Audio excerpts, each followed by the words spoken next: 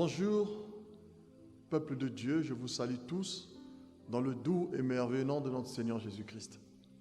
Nous sommes dimanche 12 juillet 2020. Aujourd'hui, c'est donc notre jour où nous célébrons le Seigneur. Ce matin, je vais apporter un enseignement.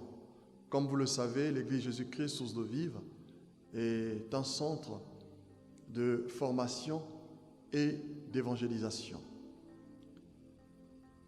Avant de commencer notre enseignement, nous allons prier.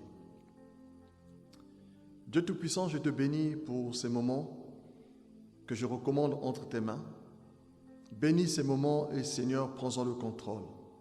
Je recommande, Seigneur, tous ceux qui vont suivre cet enseignement entre tes saintes mains. Que ton Saint-Esprit les touche et que leurs esprits soient ramenés captifs à l'obéissance de Christ au nom puissant et glorieux du Seigneur Jésus-Christ, ton Fils bien-aimé. Dieu Tout-Puissant, je me recommande à ta grâce. Par mon intelligence, par ma force, je ne suis pas capable de pouvoir apporter cet enseignement. Mais par la puissance de ton Saint-Esprit, Seigneur, tu vas me transformer. Oui, Seigneur, parle au travers de ton serviteur. Reçois toute la gloire, Père, qui t'est due. Reçois toute la louange et toute l'adoration, Père, au nom de Jésus. Amen. Donc, comme je le disais ce matin, je vais apporter donc un enseignement qui a pour thème Jésus-Christ, le Messie, l'agneau parfait de Dieu. Bien-aimés dans le Seigneur, comme vous le savez tous, le monde est actuellement secoué par une pandémie qui sème le trouble partout et le chaos, la désolation. Et comme vous le savez aussi, à cause des mesures qui ont été prises par les différents gouvernements à travers le monde, nous ne pouvons plus nous réunir comme nous le faisions tous les dimanches jusqu'à nouvel ordre. Alors, bien-aimés, je suis très heureux d'être parmi vous ce matin et je vous salue encore une fois dans le doux et merveilleux nom du Seigneur Jésus-Christ. Ce matin, nous allons parcourir la Bible qui est la parole de Dieu inspirée par le Saint-Esprit. Ce sont les hommes qui ont écrit la Bible, mais cette Bible qui est la parole de Dieu a été inspirée par le Saint-Esprit. Alors, je vais prendre un premier verset dans le livre de Psaumes. Que nous dit la parole? Ta parole est une lampe devant mes pas, une lumière qui éclaire ma route. Et je prendrai encore un deuxième passage dans Ézéchiel 12, 25. Car moi, l'Éternel, je parlerai, ce que je dirai s'accomplira et ne sera plus différé. Oui, je prononcerai une parole et je l'accomplirai, dit le Seigneur, l'Éternel. Je tenais absolument à parler de cela parce que, comme vous le savez tous, la parole de Dieu est la prophétie par excellence. En général, quand dans une ville, on apprend qu'il y a un prophète qui est arrivé, les gens courent vers le prophète. En réalité, ils courent vers le prophète parce qu'ils sont simplement à la recherche de la connaissance pour comprendre quel est l'avenir que Dieu leur réserve. Mais, bien-aimés dans le Seigneur, notre Dieu est merveilleux. Notre Dieu est bon. Parce que Dieu, dans sa bonté, Dieu, dans sa miséricorde, il nous a laissé sa parole. Cette parole qui est en même temps un miroir pour nous qui connaissons Dieu, parce que nous devons plonger nos regards chaque jour dans cette parole. Cette parole qui est comme équivalent au code de la route pour ceux qui conduisent les véhicules, mais aussi comparable au manuel que l'on trouve dans les objets lorsqu'on les achète, notamment que ce soit les téléphones ou les télévisions. Quand vous les achetez, cela vient avec un manuel d'utilisation pour permettre à ceux qui l'achètent de pouvoir comprendre et maîtriser parfaitement le fonctionnement de ces appareils. Mais la parole de Dieu fonctionne de la même façon. Dieu est Dieu. Dieu est celui qui a créé tout ce qui existe. Nous allons tout à l'heure parcourir quelques passages de la parole pour pouvoir le voir tranquillement. Mais j'insiste pour dire que la parole de Dieu est ce manuel que Dieu nous a laissé pour que nous les hommes, nous puissions comprendre quel est son plan pour l'humanité et aussi nous permettre de nous corriger, mais aussi de pouvoir en tirer les bénéfices. Car Dieu, au travers de sa parole, réserve beaucoup de bénédictions à ceux qui l'aiment et à ceux qui passent du temps dans sa méditation et dans la recherche de sa volonté.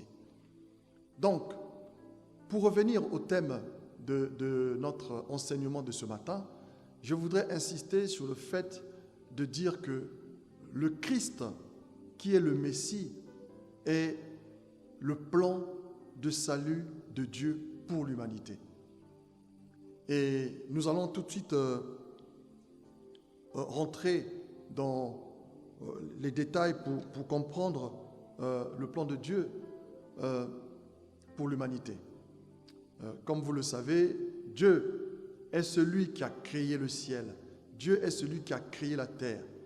Mais vous voyez bien que, on le verra plus tard dans la parole, lorsque Dieu a commencé à créer les choses pour qu'elles existent, que ce soit les animaux, que ce soit le soleil, que ce soit la lune, les étoiles, à chaque fois, Dieu a dit que les choses viennent à l'existence et les choses arrivaient au fur et à mesure à l'existence. Mais par contre, quand il s'est agi de l'homme, Dieu a dit « faisons l'homme à notre image, selon notre ressemblance ». Et Dieu, à la différence de tout ce qu'il avait créé avant, les animaux, les oiseaux, il n'a pas dit que je crée les animaux, mais par contre, il a pris la terre, il a fait une forme humaine et il a insufflé son souffle de vie dans l'homme et l'homme est devenu un être vivant fait à l'image de Dieu. Bien-aimés dans le Seigneur, à partir du moment où Dieu avait créé l'homme, il avait donné à l'homme la mission, bien entendu, de pouvoir entretenir et cultiver la terre. Et Dieu, dans sa bonté, avait encore donné à l'homme le pouvoir et la domination sur toute la création de ses mains. En réalité, ce qui s'est passé, c'est que Dieu, lorsqu'il a créé l'homme, il a transféré à l'homme le pouvoir qu'il avait sur cette création. Donc, en réalité, l'homme était quasiment l'égal à Dieu, puisqu'il avait le pouvoir de dominer sur tout ce que Dieu avait créé. Et en plus de ça, à cette époque, l'homme était en contact direct avec Dieu, pouvait communier avec Dieu, Dieu pouvait parler à l'homme, l'homme pouvait répondre à Dieu. Donc vous voyez bien que lors de la création, tout était parfait. Le monde a été créé parfait. Mais alors, qu'est-ce qui s'est passé? C'est très simple. C'est que l'homme, je dirais plutôt la femme, a été séduite par l'ennemi de nos âmes, qui est le diable, qui est Satan, et qu'il a tenté pour l'obliger à désobéir à l'ordre que Dieu lui avait donné. Et en désobéissant à l'ordre que Dieu lui avait donné, et en entraînant son mari dans cette désobéissance, il y a eu deux conséquences qui se sont produites à ce moment-là. Adam et Ève, en désobéissant à Dieu, ont brisé la relation privilégiée qu'ils avaient à être en contact direct avec Dieu. La deuxième conséquence, c'est qu'à partir du moment où l'homme avait péché, la mort est rentrée dans le monde. Parce que ce qu'il faut savoir, c'est que lorsque Dieu a créé l'homme, dans son plan, l'homme devait vivre éternellement. Dieu n'avait pas fixé une limite pour la vie de l'homme sur la terre.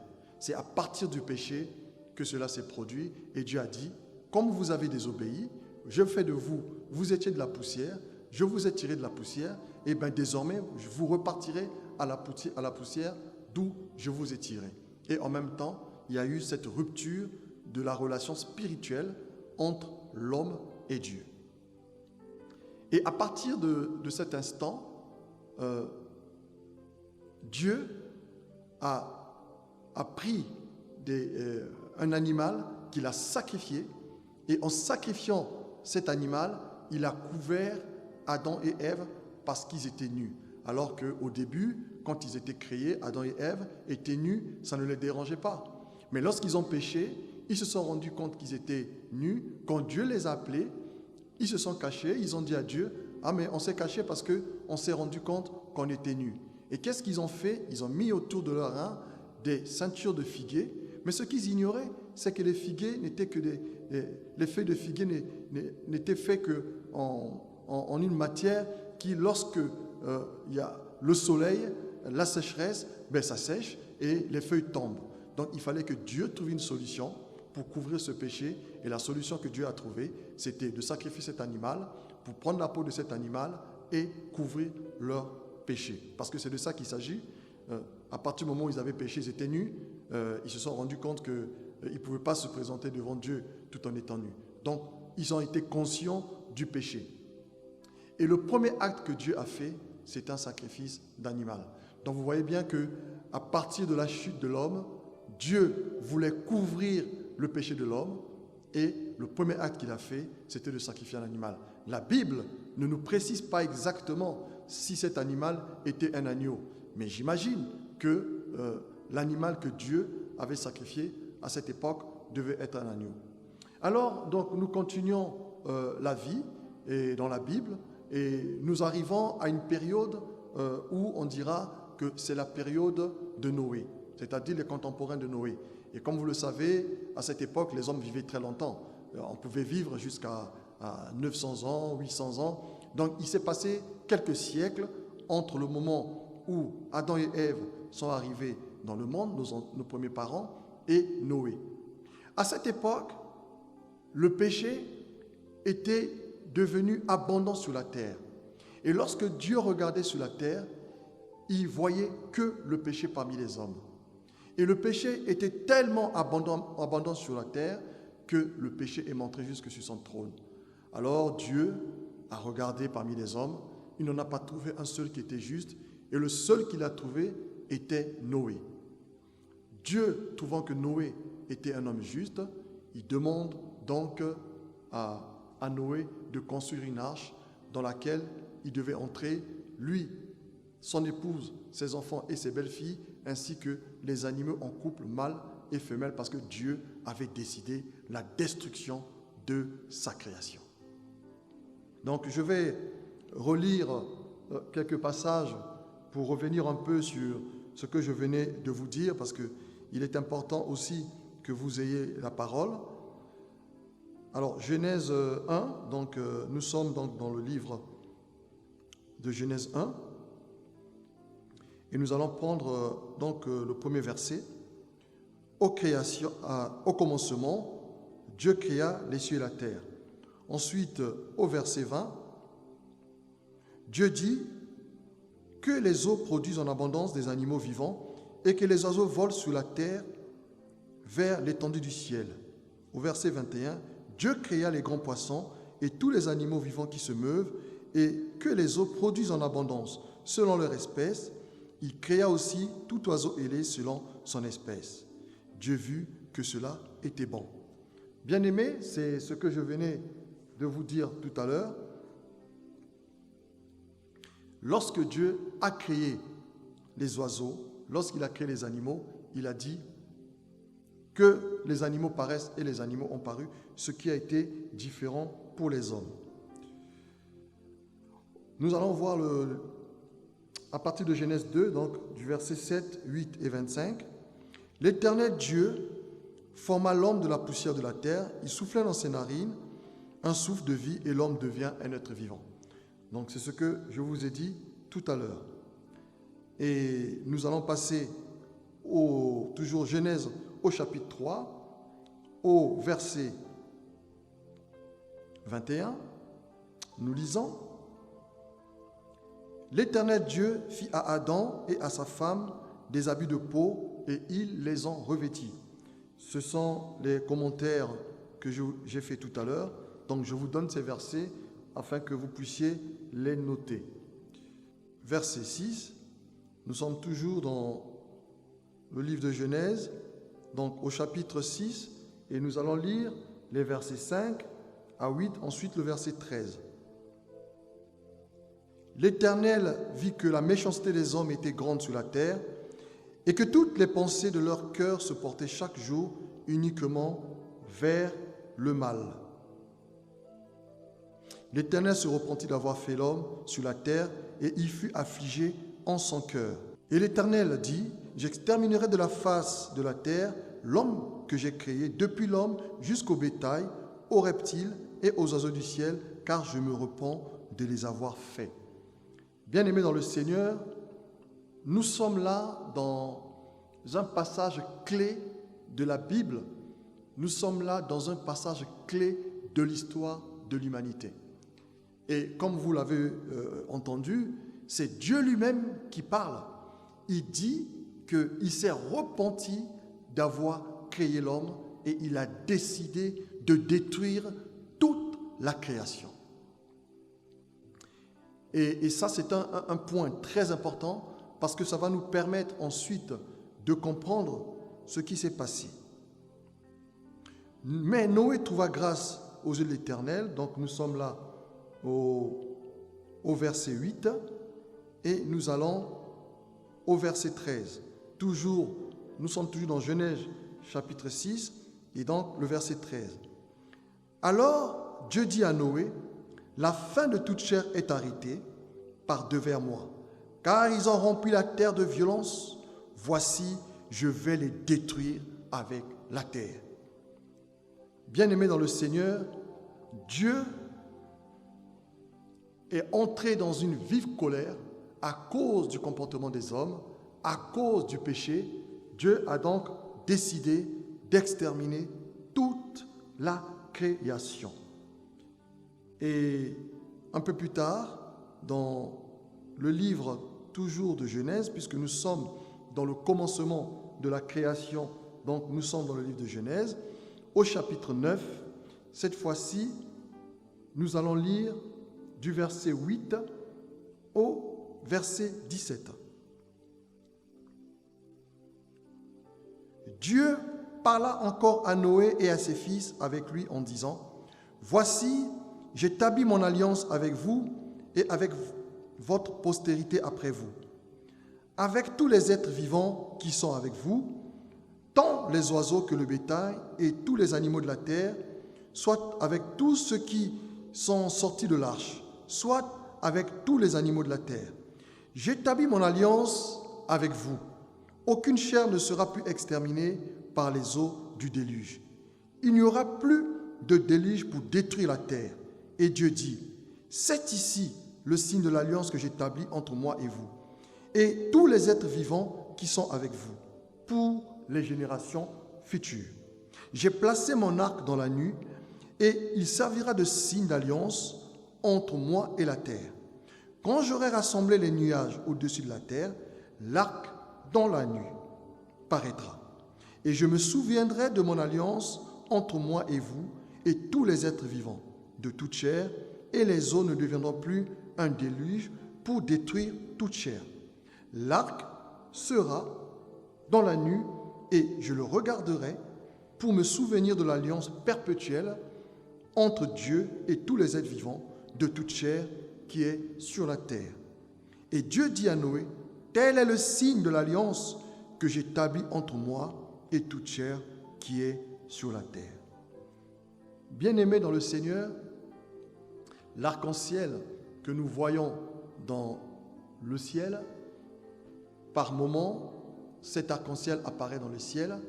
Cet arc-en-ciel est le symbole de l'alliance que Dieu a fait avec les hommes, particulièrement avec Noé, puisque c'est de lui qu'il s'agit. Il était le seul qui avait été sauvé parmi tous ceux de sa génération.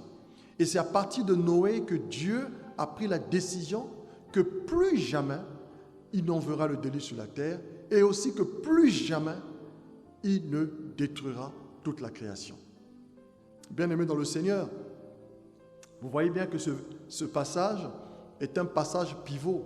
Pivot pourquoi?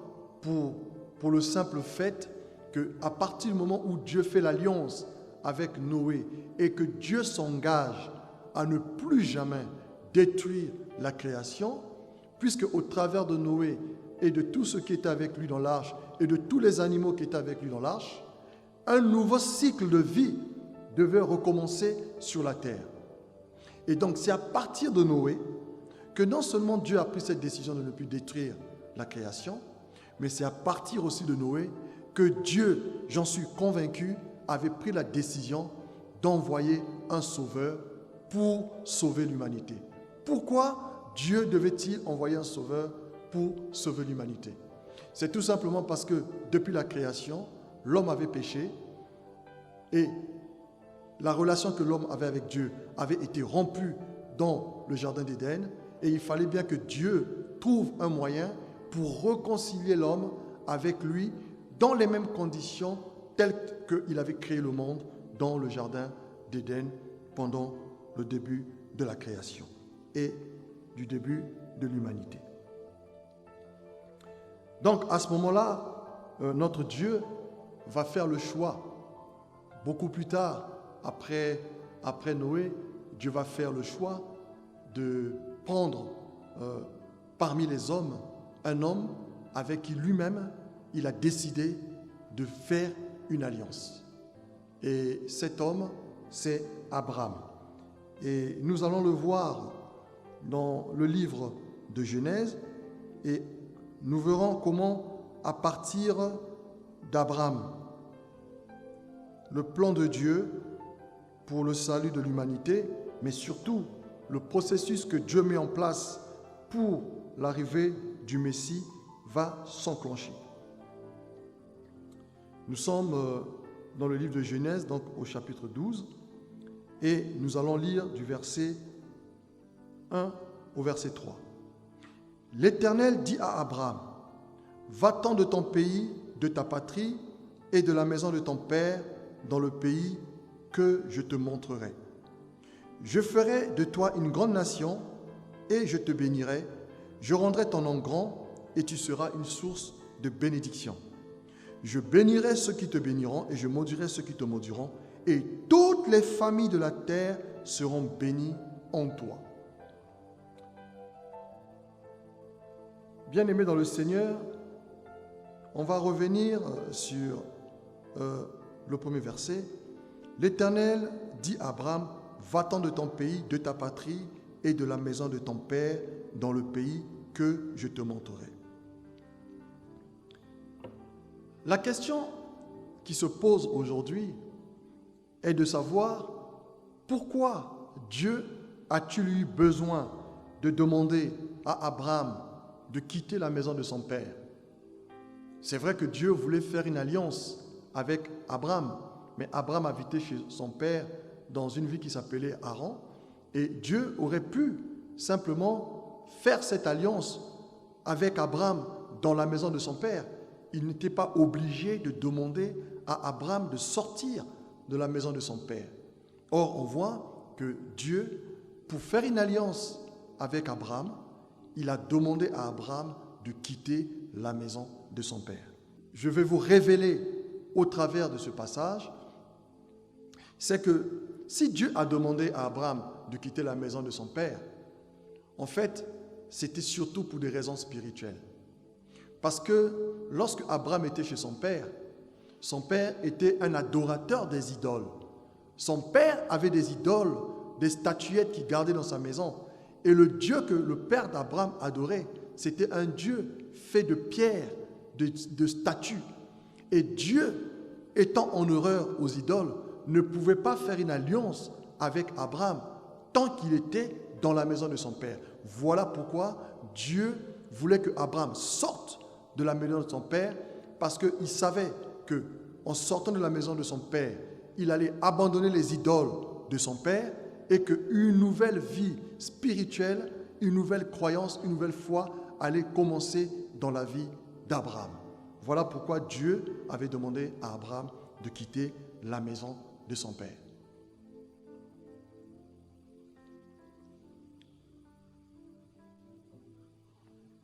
Toujours dans notre parcours, le livre de Genèse, toujours au chapitre 17, et nous allons lire les versets 2 à 7.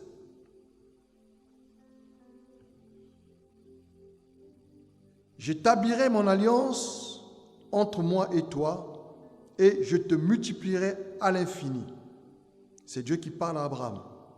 Abraham tomba sur sa face et Dieu lui parla en disant, « Voici mon alliance que je fais avec toi. Tu deviendras père d'une multitude de nations. On ne t'appellera plus Abraham, mais ton nom sera Abraham, car je te rends père d'une multitude de nations. Je te rendrai fréquent à l'infini, je ferai de toi des nations, et des rois sortiront de toi.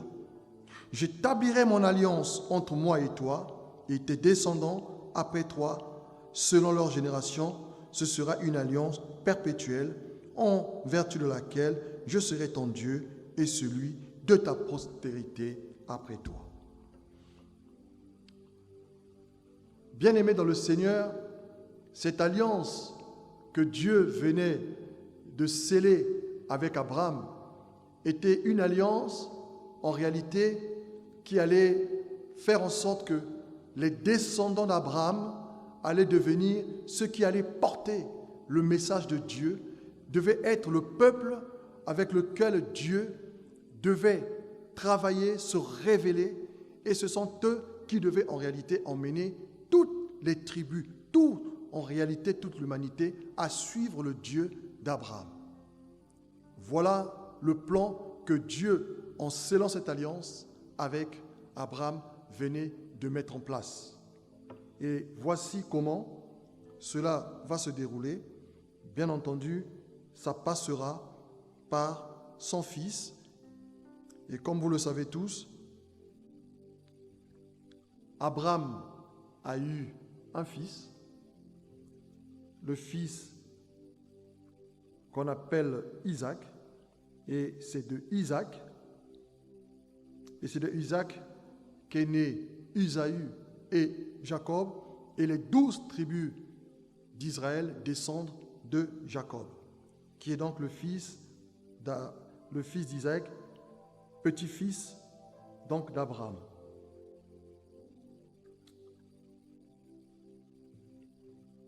Genèse 22, et nous allons lire du verset 6 au verset 13. Abraham prit le bois pour l'holocauste, le chargea sur son fils Isaac, et porta dans sa main le feu et le couteau, et ils marchèrent tous deux ensemble. Alors qu'Isaac, parlant à Abraham son père, dit, « Mon père » et il répondit, « Me voici mon fils. » Isaac reprit, « Voici le feu et le bois, mais où est l'agneau pour l'holocauste » Abraham répondit, « Mon fils, Dieu se pourvoira lui-même de l'agneau pour l'holocauste. » Et ils marchèrent tous les deux ensemble. Lorsqu'ils furent arrivés au lieu que Dieu lui avait dit, Abraham y éleva un autel et rangea le bois. Il lia son fils Isaac et le mit sur l'autel par-dessus le bois. Puis Abraham étendit la main et prit le couteau pour égorger son fils. Alors l'ange de l'Éternel appela des cieux et dit, « Abraham, Abraham !»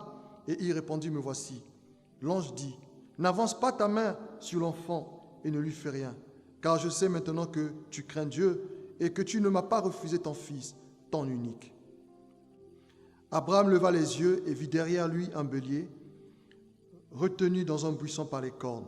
Et Abraham alla prendre le bélier et l'offrit en holocauste à la place de son fils. Là encore une fois, bien-aimés dans le Seigneur, il y a une grande révélation que Dieu nous montre au travers de cet acte de foi que notre père Abraham avait eu à poser. Et en acceptant donc de sacrifier son fils, on dit bien son fils, l'unique. Et vous voyez bien que quand on parle de Jésus-Christ, On parle de lui comme le Fils unique de Dieu. Et vous voyez bien que Abraham, en voulant le sacrifier, Dieu dit non, tu ne touches pas, je sais maintenant que tu me crains et que tu es prêt à sacrifier ton Fils unique. Mais une autre révélation que nous voyons au travers de cet acte, c'est cet agneau mystérieux. Cet agneau mystérieux qui apparaît derrière le buisson. Nous l'avons vu au début, lorsque Abraham et son fils allaient pour le sacrifice. Il avait le feu, il avait le bois, il avait le couteau, mais il n'avait pas d'agneau. Et d'ailleurs, son fils Isaac lui a fait justement la remarque, « Mais père, nous allons pour sacrifier l'agneau, mais je ne vois pas un agneau. » Et Abraham, rempli du Saint-Esprit, prophétise que Dieu pourvoira à cet agneau. Parce que Abraham ne savait pas que lorsqu'il arrivera au lieu où il devait sacrifier son fils, que Dieu avait pourvu un agneau. Mais moi j'imagine que Abraham l'avait dit parce qu'il a dit prophétiquement, parce qu'il ne pouvait pas dire à son fils, c'est toi que je vais sacrifier. Donc vous voyez bien que le processus de l'arrivée du Fils de Dieu avait commencé petit à petit à se mettre en place. Et nous allons voir cela dans le livre toujours de Genèse, puisque nous sommes dans la création, nous sommes toujours dans la première partie de la vie, puisque nous avons l'Ancien et le Nouveau Testament, donc nous sommes vraiment au commencement de la vie sur terre, puisque nous sommes dans la Genèse. Et donc, nous allons lire dans le livre de Genèse, chapitre 35, et du verset 9 à 11.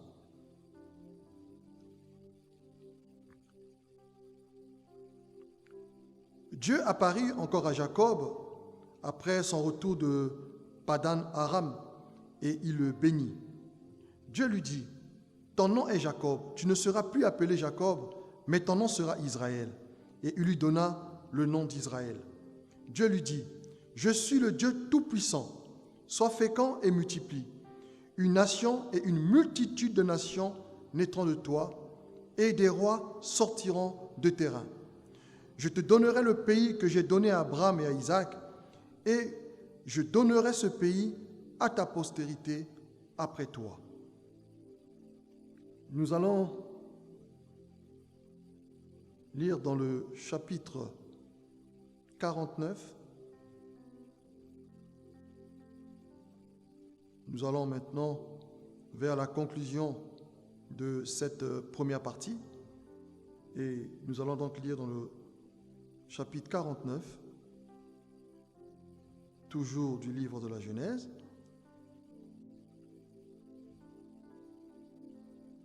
Et nous lirons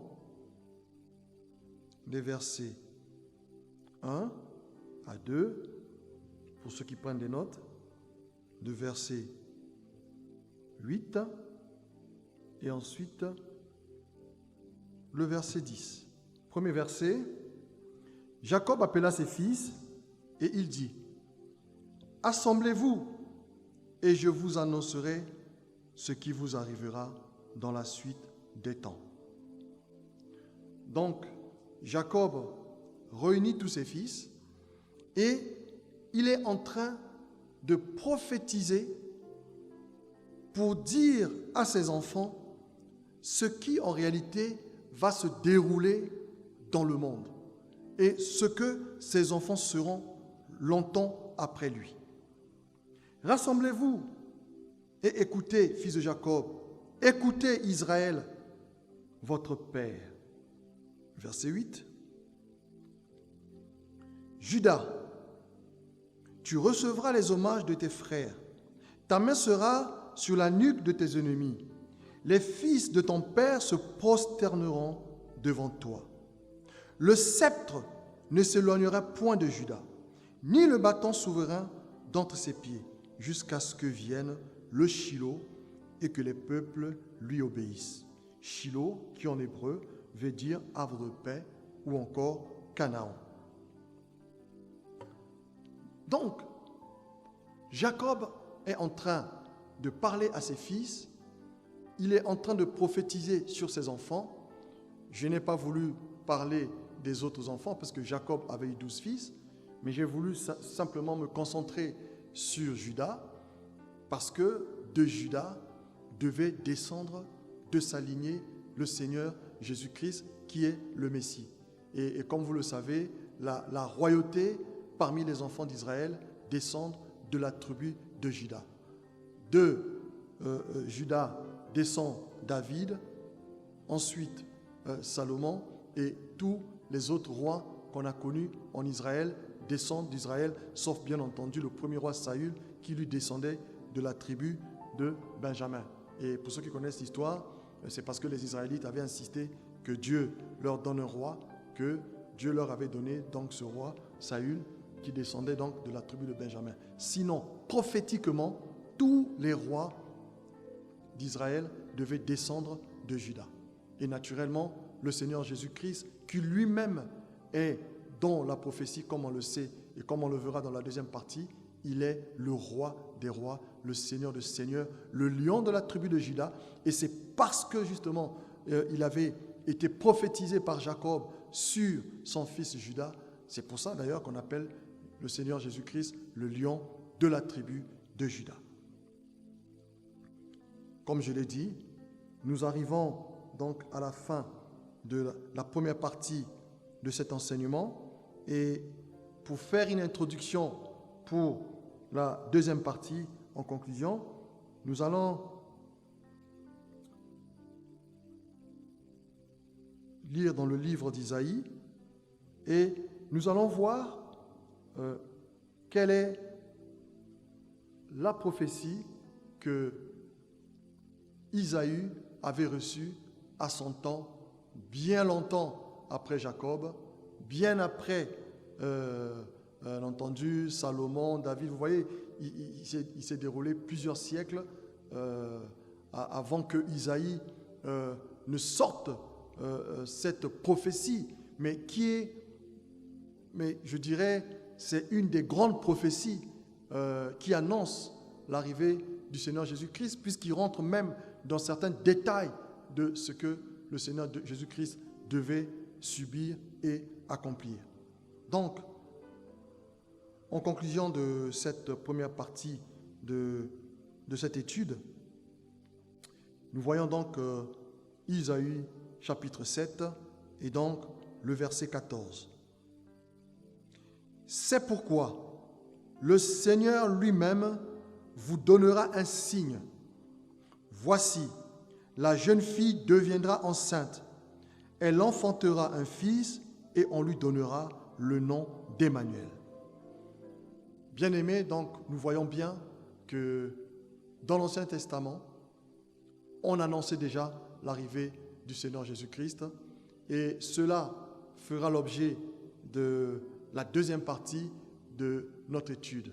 Et nous verrons comment Christ est arrivé et nous verrons encore quelques prophéties de l'Ancien Testament qui parlaient de son arrivée et ensuite nous rentrerons dans le Nouveau Testament qui est en réalité la période dans laquelle nous sommes parce que nous vivons l'ère de Jésus-Christ puisqu'aujourd'hui nous sommes 2000 ans après Jésus-Christ.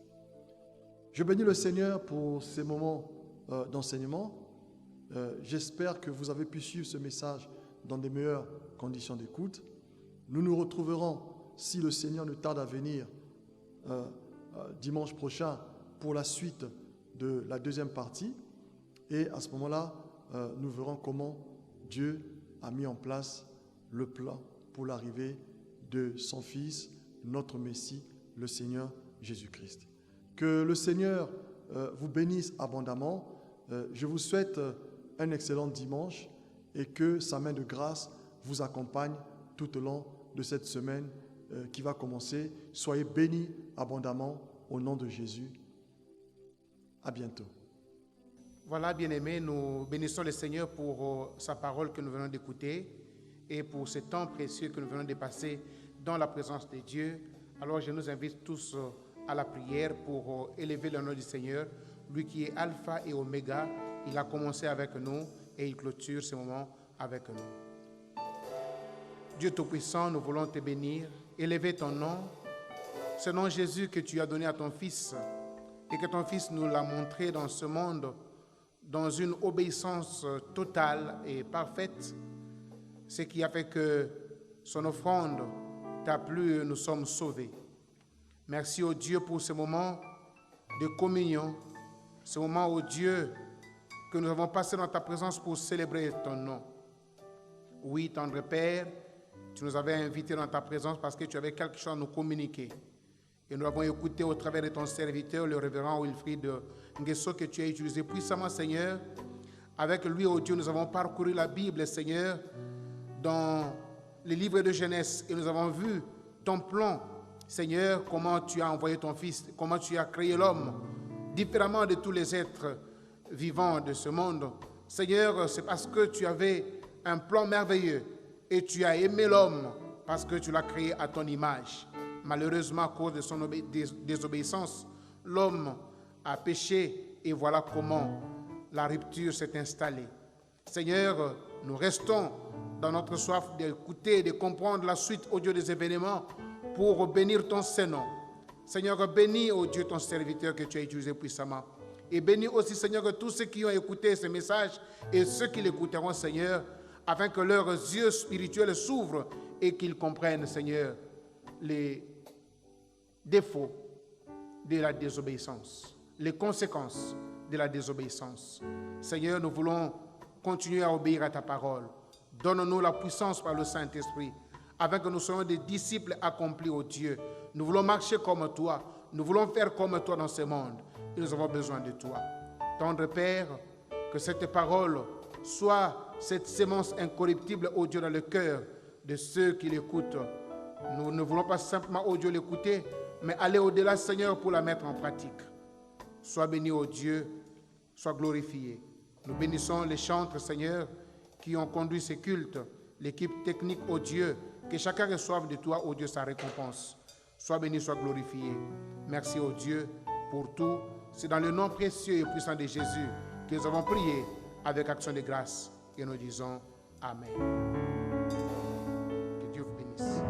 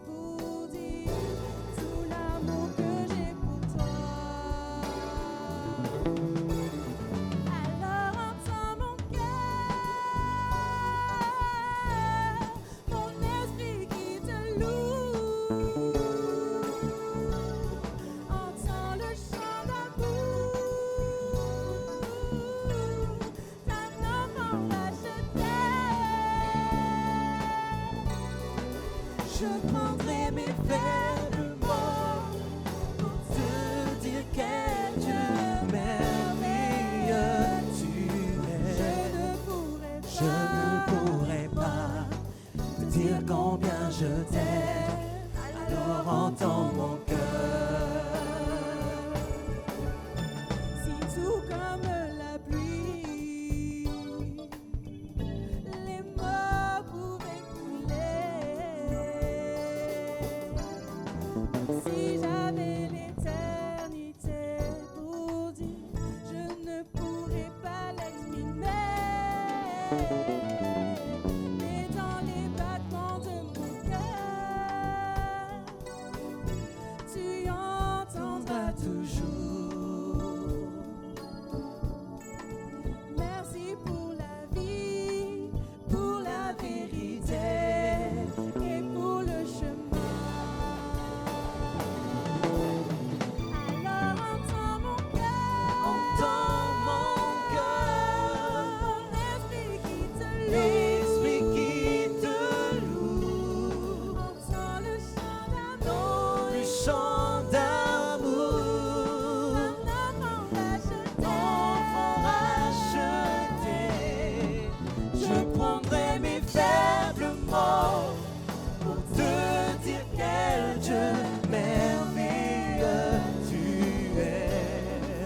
je ne pourrai pas te dire combien je t'aime.